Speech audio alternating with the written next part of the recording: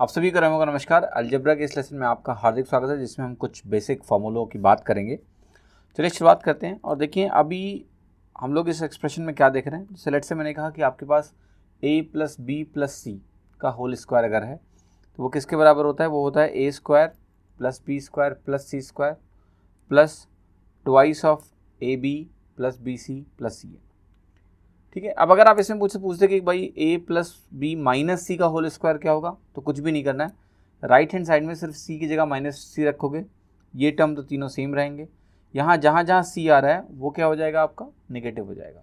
जैसे ये minus B सी, ये माइनस सी है। आपने कहा a minus B minus C का होल स्क्वायर चाहिए, तो b की जगह माइनस बी रख दो, c की जगह माइनस सी रख दो।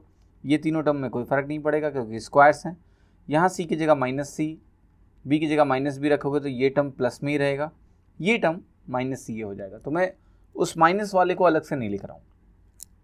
अब देखिए इसमें किन चीज़ों का बहुत ज़्यादा इस्तेमाल होता है जो आपको रेडी रहना है और ध्यान रखना है। पहले तो ये कि कई बार A B plus B C plus C A को ध्यान से देखो, अगर ज़ीरो हम दे दें, अगर हमारा A B plus B C plus C A zero हो जाएगा तो आपका A plus B plus C का whole square A square plus B square plus C square के बराबर हो जाएगा। इस रिलेशन का इस्तेमाल बहुत होता है।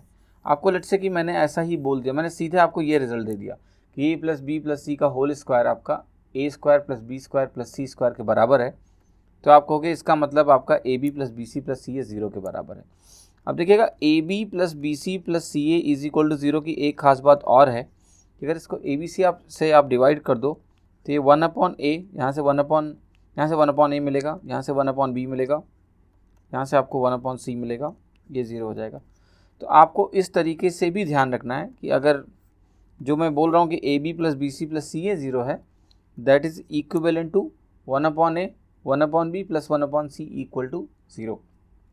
केवल एक फ़र्क है कि यहाँ पर ए बी सी सारे ज़ीरो भी हो सकते हैं, यहाँ पर वो सारे ज़ीरो नहीं हो सकते हैं जब इस फॉर्मेट में मैंने लिख दिया तो, क्योंकि डिनोमिनेटर में ए आ गया।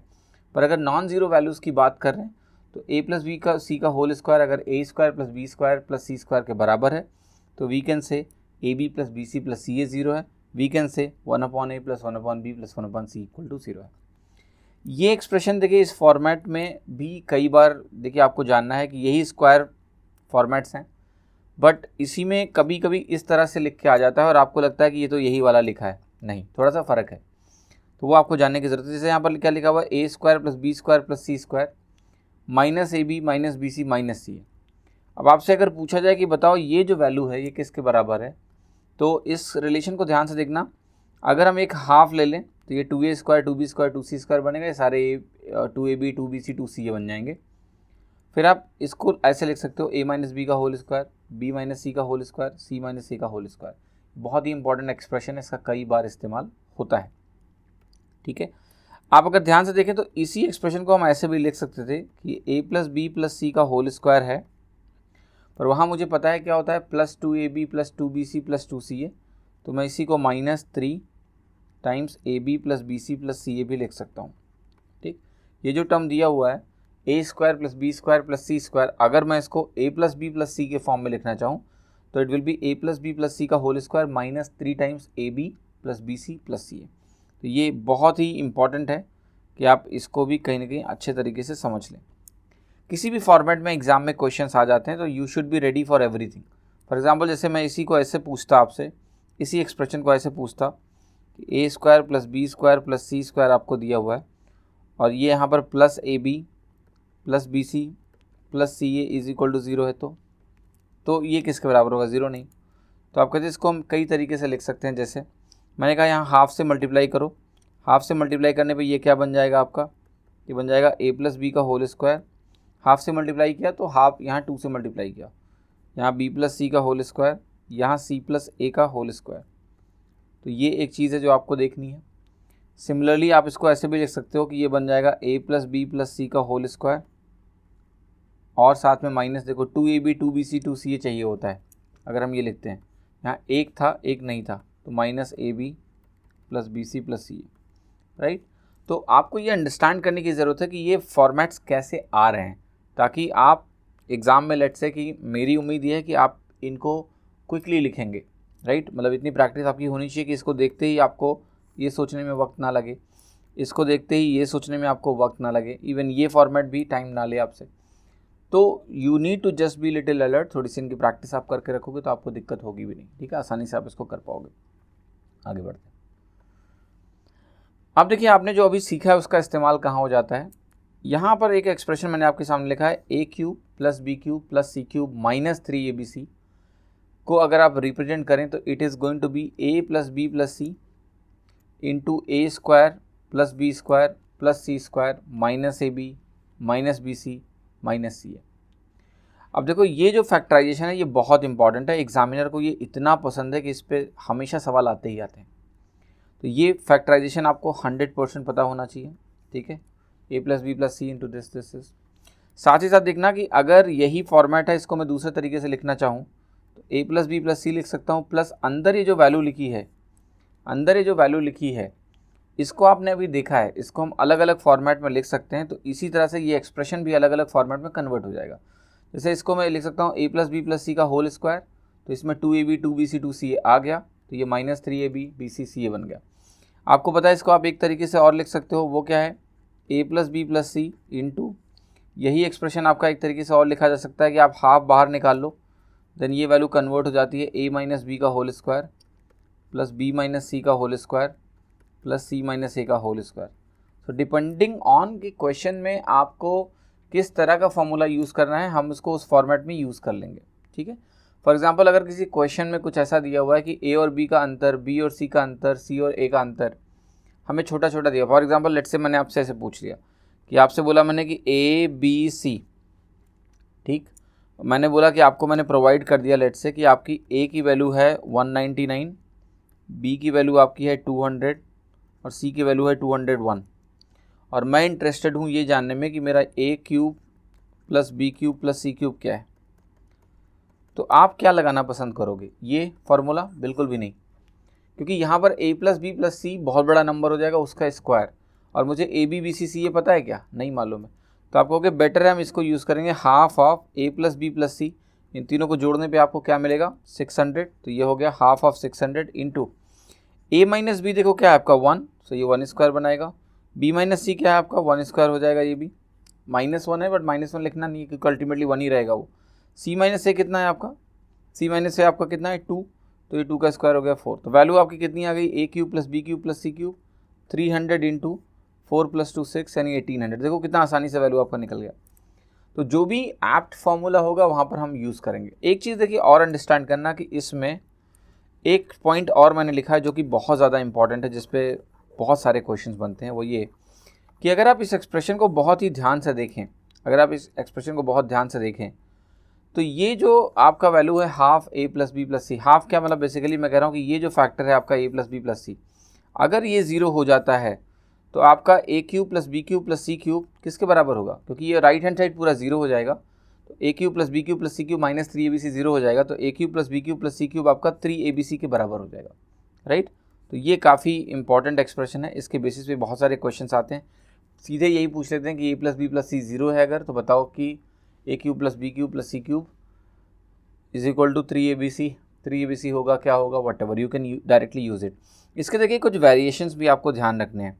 वो वेरिएशन क्या है, लेट से मैंने c को -c रख दिया, तो कहाँ चेंज आएगा, आप कहोगे c को अगर आपने -c रखा तो आप कहोगे अगर a plus B minus C 0 के बराबर है तो a cube plus B cube minus C cube जो होगा और इज इक्वल टू -3abc हो जाएगा।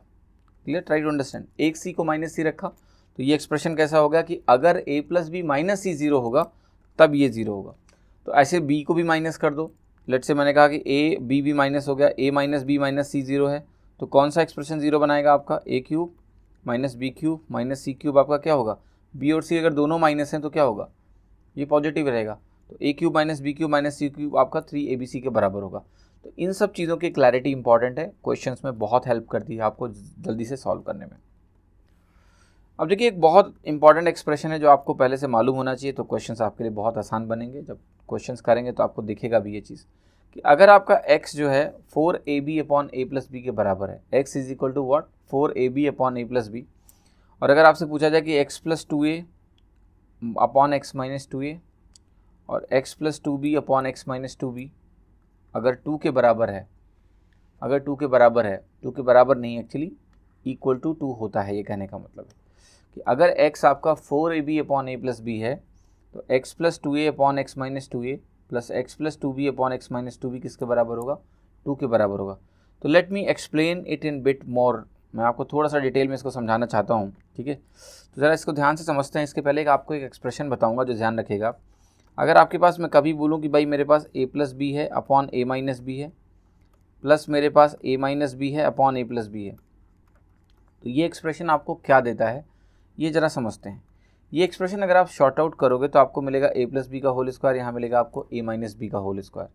और अगर आप इन दोनों को कंबाइन करोगे तो अल्टीमेटली आपको क्या मिलने वाला है? न्यूमरेटर में twice of a square minus B square upon a square plus B square. इसको 100% ध्यान रखना, बहुत सारे क्वेश्चंस में यूज़ होता है।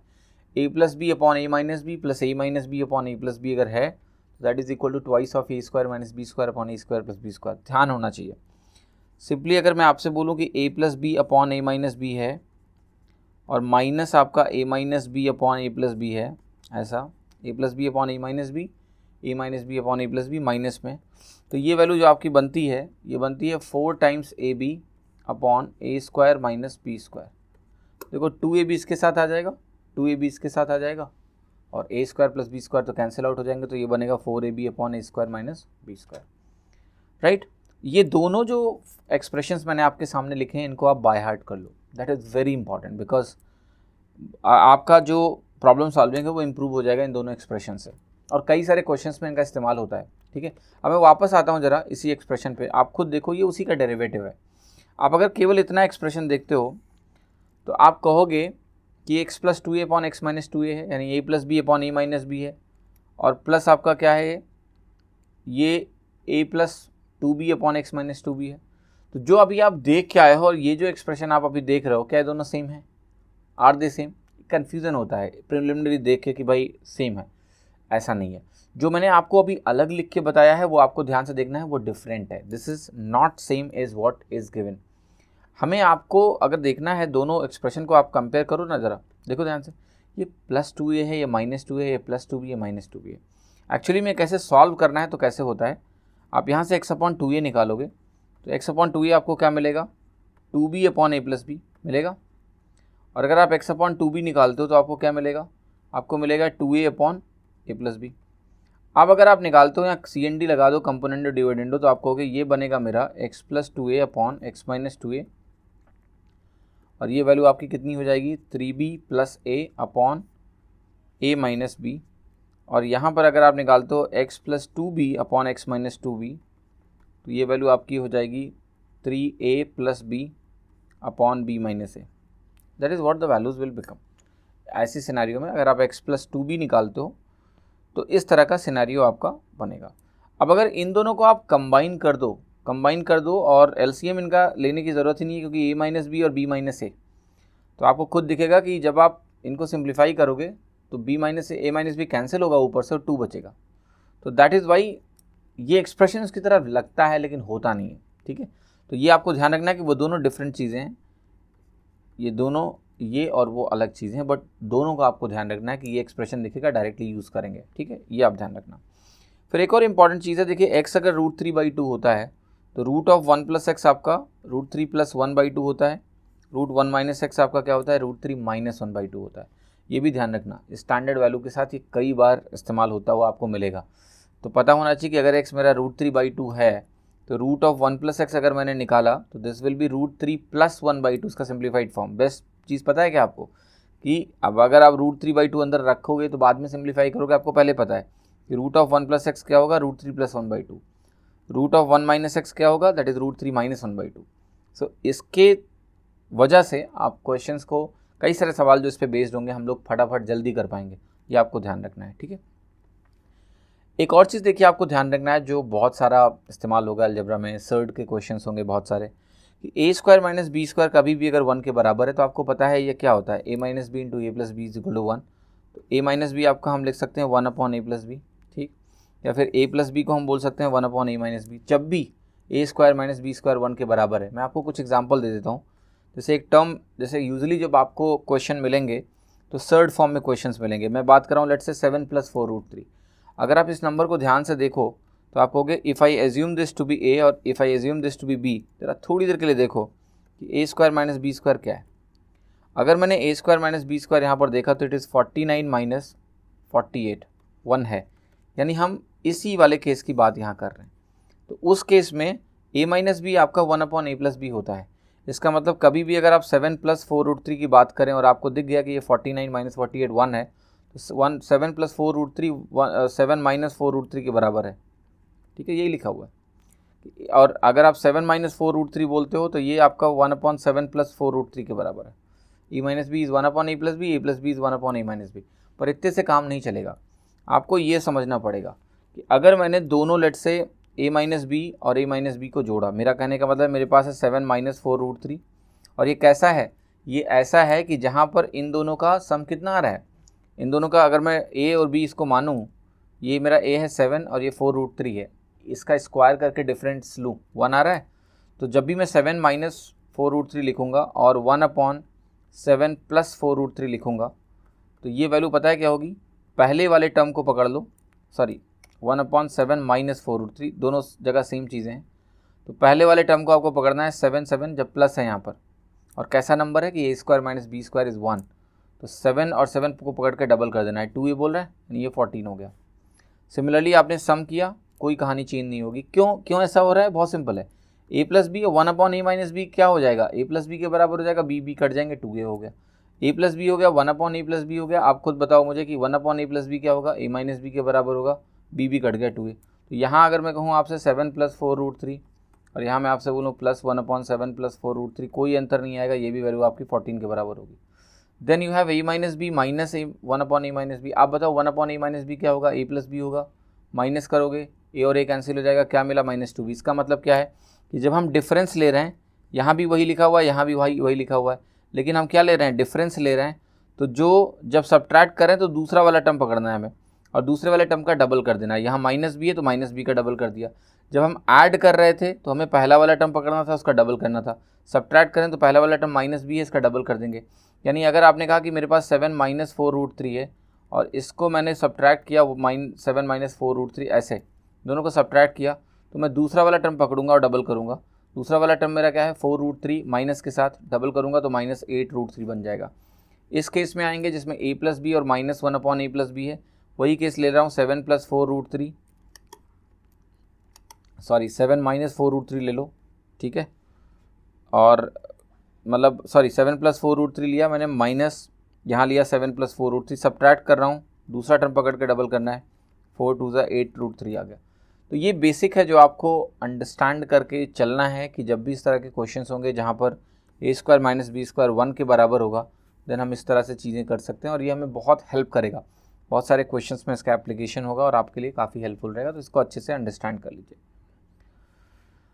देखिए एक केस और लिखा हुआ है कि जब भी x + y आपका a के बराबर होता है, जब भी आपका x + y a के बराबर होगा और x × y को अगर आपको पता करना है कि ये मैक्सिमम कब होगा। x + y लेट से मैंने आपको दे दिया कि मेरा x + y 20 के बराबर है और मैं ये जानना चाहता हूँ कि x × y की मैक्सिमम वैल्यू बता दो क्या है। तो ये तभी होगी जब x और y आपस में बराबर हो जाएं।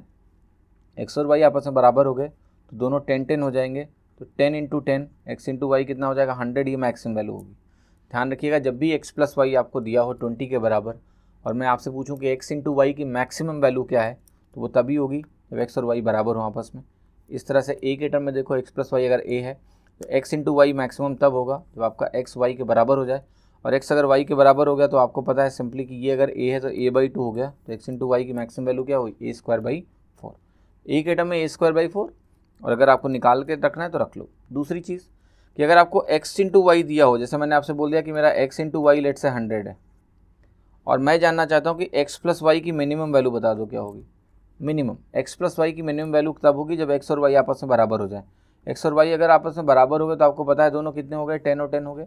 या फिर a के टर्म में कहोगे x = y, x = y को रखो तो x² a हो गया, यानी x कितना हो गया, √a, ठीक है। तो x की वैल्यू आपकी √a हो गई, तो x + y क्या होगा आपका 2√a। अब देखिए ये जो भी मैंने डिस्कशन अभी किया है, वो इसके लिए क्या है कि मेरा x पॉजिटिव है और y पॉजिटिव है, ये मैं मान के चल रहा हूँ अभी। यहाँ भी x पॉजिटिव y पॉजिटिव, जब एक्स वाई की साइन बदलेंगे तो डिफरेंट पॉसिबिलिटीज़ इमर्ज होती हैं। अभी आप इनको पॉजिटिव के लिए ध्यान रखना ताकि आपको लॉजिक क्लियर हो। तो एक्स प्लस वाई की जो मिनिमम वैल्यू आप निकालोगे यहाँ से, एक्स प्लस वाई की मिनिमम वैल्यू वो क्या होगी, दैट विल बी 2√a। ये ध्यान होना चाहिए, this is very very important. ये आपको कभी भी मिस आउट नहीं करना है, आपको हमेशा ध्यान होना चाहिए। अब देखिए एक चीज़ और काफ़ी इंपॉर्टेंट है आपके लिए, जो होता है कई बार कि जो टर्म्स हैं वो भी स्क्वायर रूट में लिखे हैं और आपको उनका स्क्वायर रूट निकालना होता है, राइट।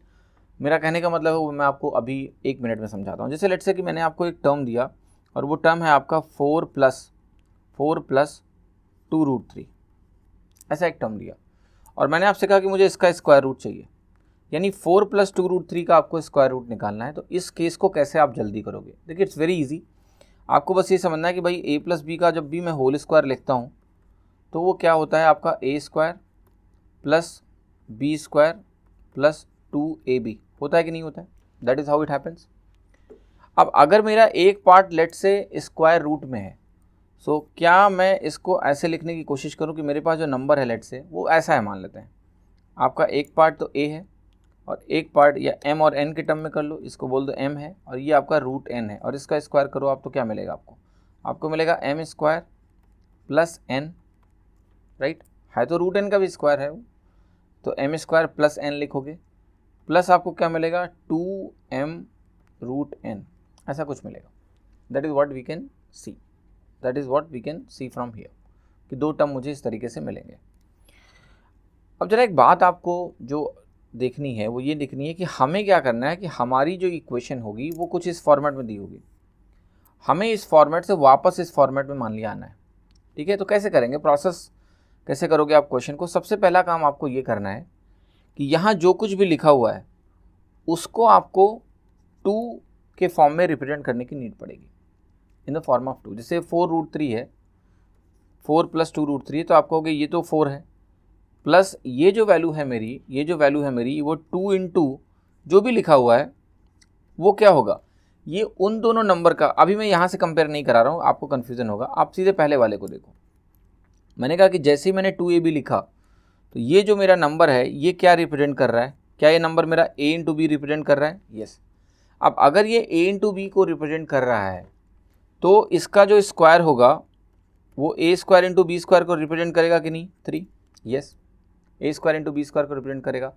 अब आपको पता है कि ये नंबर अगर a square plus B square हो गया, अगर ये नंबर मेरा a square plus B square हो गया तो फिर बाहर मैं क्या लिख सकता हूँ इस नंबर को कि भाई ये a प्लस बी का परफेक्ट स्क्वायर है तो उसका square root a plus B होगा।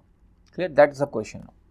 तो अब आप कहोगे मुझसे, तुरंत पूछोगे कि भाई ठीक है a square into B square मैंने निकाल लिया, वो क्या होगा, सिंपल है कि जो भी 2 के बाद का टर्म बच रहा है, 2 के बाद का जो भी टर्म बच रहा है वो आपका a इंटू बी है, उसका स्क्वायर कर लो तो आपको a square into B square मिल जाएगा 3। अब देखो कि क्या इसको इस फॉर्मेट में हम रिप्रेजेंट कर सकते हैं, a square plus B square. आप कहोगे बिल्कुल कर सकते हैं, अगर a को 1 ले लें, a स्क्वायर को 1 ले लें, बी स्क्वायर को 3 ले लें तो ये 4 बन गया। आपका a square into B square 3 है, तो ये अब जब स्क्वायर रूट आप लिखने जाओगे तो आपको पता है ये a प्लस बी बनेगा, यहाँ ये a स्क्वायर आपका 1 है तो a भी 1 होगा, b स्क्वायर आपका 3 है तो b कितना हो जाएगा आपका √3। प्लस मैंने इसलिए लिया है क्योंकि यहाँ भी प्लस है, अगर यहाँ माइनस होगा तो यहाँ आप माइनस ले लेना। आप कहोगे चलो ये समझ गए, कोई और करके दिखाओ थोड़ा और क्लैरिटी मिले, ऐसा समझ में नहीं आ रहा। मैंने कहा मेरे सामने एक नंबर है लेट से 97 प्लस 58 टाइम्स √3, ऐसा एक नंबर मैंने आपके सामने लिखा कि 97 प्लस 58 टाइम्स √3 है और मैंने आपसे बोला कि भाई इसका मुझे स्क्वायर रूट निकाल के दिखाओ। तो आप क्या कहोगे, देखो आप सबसे पहले कहोगे कि भाई इस नंबर को मैं ऐसे लिख सकता हूँ कि दिस इज़ 2 इंटू 28 इंटू √3, ऐसा एक नंबर आपने कहा कि मेरे सामने आ गया, ठीक है। कुछ भी मुश्किल नहीं होगा, आपको बस इसको थोड़ा सा बेहतर तरीके से समझना है। फिर आप मुझसे क्या बोलोगे, फिर आप बोलोगे कि देखिए 2 के बाद जो ये नंबर है इसका अगर स्क्वायर करेंगे तो क्या मिलेगा मुझे, a square into B square, ठीक है। तो मैं कहूँगा चलो ठीक है इसका स्क्वायर कर लो, तो आप कहोगे ये बनेगा 28 स्क्वायर इंटू 3। अब आप कहोगे ये जो a square into B square है इसको कुछ ऐसे तोड़ो कि ये जो नंबर है मेरा वो उसी का सम हो जाए, राइट। मुझे पता करना कि भाई यहाँ a स्क्वायर क्या लूँ, यहाँ b स्क्वायर क्या लूँ, ऐसा कि ऐसा मुझे मिले, राइट।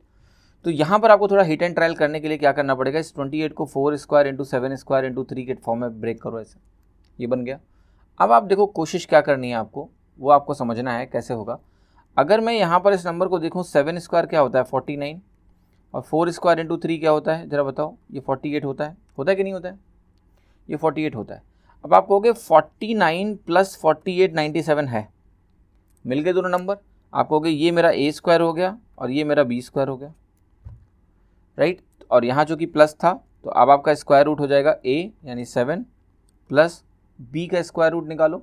48 का स्क्वायर रूट क्या होगा आपका, आप कहोगे 48 का अगर स्क्वायर रूट निकालता हूँ तो ये 4 इंटू 12 है। क्लियर, 4 इंटू 12 है, या बेहतर है आप इसको बोलो 16 इंटू 3। तो 16 इंटू 3 का स्क्वायर रूट हो गया 4√3, तो ये बी हो गया। That is what the value is. तो आपको ऐसे देखना है तो आप जल्दी से स्क्वायर रूट भी कैलकुलेट कर पाएंगे, आपको कोई तकलीफ नहीं होगी, क्योंकि सर्ट्स का स्क्वायर रूट निकालना आना चाहिए, क्विकली आना चाहिए, क्योंकि कई बार ऐसे क्वेश्चन आते हैं और अगर आप उसमें समय निकाल दोगे फिर तो काम नहीं बनेगा, ठीक है। ऐसे ही देखिए एक स्किल आपको और चाहिए और वो है कि किसी भी गिवन नंबर को परफेक्ट स्क्वायर में कन्वर्ट करना। जैसे मैंने आपके सामने कभी भी कोई नंबर है, लेट से मैं फॉर्मेट लिखता हूँ पहले कि ए प्लस बी का होल स्क्वायर क्या होता है। ए प्लस बी का होल स्क्वायर आपका होता है ए square plus B square plus 2ab। अब देखिए कई बार ऐसे एक्सप्रेशंस आपके सामने अपीयर हो जाएंगे, जैसे मैंने कहा कि 2x स्क्वायर है आपके सामने प्लस आपके सामने x/4 है प्लस 9 है, और मैं कहूँगा इसको परफेक्ट स्क्वायर प्लस समथिंग या माइनस समथिंग के फॉर्म में रिप्रेजेंट करो। तो आपको क्विकली कैसे इसका परफेक्ट स्क्वायर लिखना है ये थोड़ा सा ध्यान देना पड़ेगा। सबसे पहले आपको क्या करना है, आपको उसमें जाना है जो 2ab के करस्पॉन्डिंग हो, राइट। जैसे ये जब नंबर मेरे सामने लिखा हुआ है तो मुझे पता है यहाँ x की पावर 2 है, यहाँ x की पावर 1 है और ये कांस्टेंट टर्म है। तो ये जो नंबर है ये कुछ ax प्लस बी टाइप के नंबर का परफेक्ट स्क्वायर है जो आपके सामने लिखा हुआ है, ax plus B, right. ax plus B का होल स्क्वायर अगर आप निकालो ध्यान से, ax प्लस बी का होल स्क्वायर, या रुकिए मैं जनरल टर्म को ऐसे लिख देता हूँ कि ax प्लस बी वाई का होल स्क्वायर, आपको ज़्यादा बेहतर समझ में आएगा। तो ये बनेगा आपका ए square x square plus 2ab x y plus B square y square. सबसे पहला काम करना होता है आपको कि जो एक्स वाई का कोफिशिएंट है जिसमें दोनों आते हैं वहाँ जाओ। जैसे यहाँ पर एक तो आपका साफ साफ x का टर्म है, y तो है ही नहीं है, तो ये आपका फॉर्मेट ऐसा है ax प्लस बी का होल स्क्वायर, तो y हटा दो, ऐसा है। अब आपको एक चीज़ समझ में आ गई कि भाई देखो मेरे को अगर इसको परफेक्ट स्क्वायर में कन्वर्ट करना है, कोई ज़रूरी नहीं कि ये परफेक्ट स्क्वायर में कन्वर्ट हो, नॉट नेसेसरी, राइट। अगर इसी को करना है तो कुछ प्लस माइनस हो सकता है, बट फिर भी कोशिश करते हैं कि इसको लिखते हैं। तो आपको देखो सबसे पहली बात तो ये है कि भाई यहाँ पर जो टर्म मेरे सामने लिखे हैं वो टर्म क्या लिखा हुआ है कि ए स्क्वायर की वैल्यू 2 है, यानी ए की वैल्यू कितनी होगी आपकी √2। अब यहाँ पर आपको पता है कि 2ab आता है, तो 2√2 इंटू बी क्या लूँ कि ये 4 बने, 1/4 नीचे है, तो आपको क्या अगर 1/4 नीचे लाना है तो मुझे यहाँ पर 8√2 लेना पड़ेगा, 8√2 लेना पड़ेगा, क्योंकि तब आपका 2 जो है 2 जो एक कोफिशिएंट आता है ये वाला 2 इंटू ए जो आपने अभी निकाला √2 इंटू जब ये 1/4 8√2 होगा तब ये 1/4 आएगा, तो आपको मिल गया कि b की वैल्यू मेरे को 1/8√2 लेनी है। तो b स्क्वायर कितना होगा आपका, आपको पता है ये 64 2 128 हो गया। यानी अब आप कहोगे कि भाई ये जो नंबर आपके सामने लिखा हुआ है, जो नंबर आपके सामने लिखा हुआ है, it is something like √2x का whole square plus x/4 plus मेरे को 1/128 लिखना पड़ेगा। तो 1/128 अगर आपने यहाँ लिखा है तो 1/128 आपको माइनस भी करना पड़ेगा, समथिंग लाइक दिस। अब अंदर वाला टर्म परफेक्ट स्क्वायर बना √2x प्लस 1/8√2 का whole square plus whatever it is. लेकिन आप इस टर्म को कम से कम परफेक्ट स्क्वायर में लिख पाए, आप करके देखो स्क्वायर। √2x का होल स्क्वायर कितना बना 2x स्क्वायर, 1/8√2 कितना बन जाएगा आपका, ये तो जो बनना है बनेगा ही।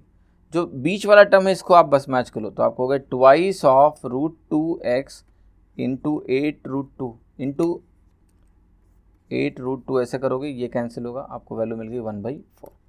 तो ये एबिलिटी होनी चाहिए कि एक गिवन एक्सप्रेशन को अगर मुझे परफेक्ट स्क्वायर फॉर्मेट में रिप्रेजेंट करना है, कांस्टेंट टर्म की बात नहीं कर रहा हूँ, कांस्टेंट टर्म आते जाते रहते हैं, ठीक है, राइट।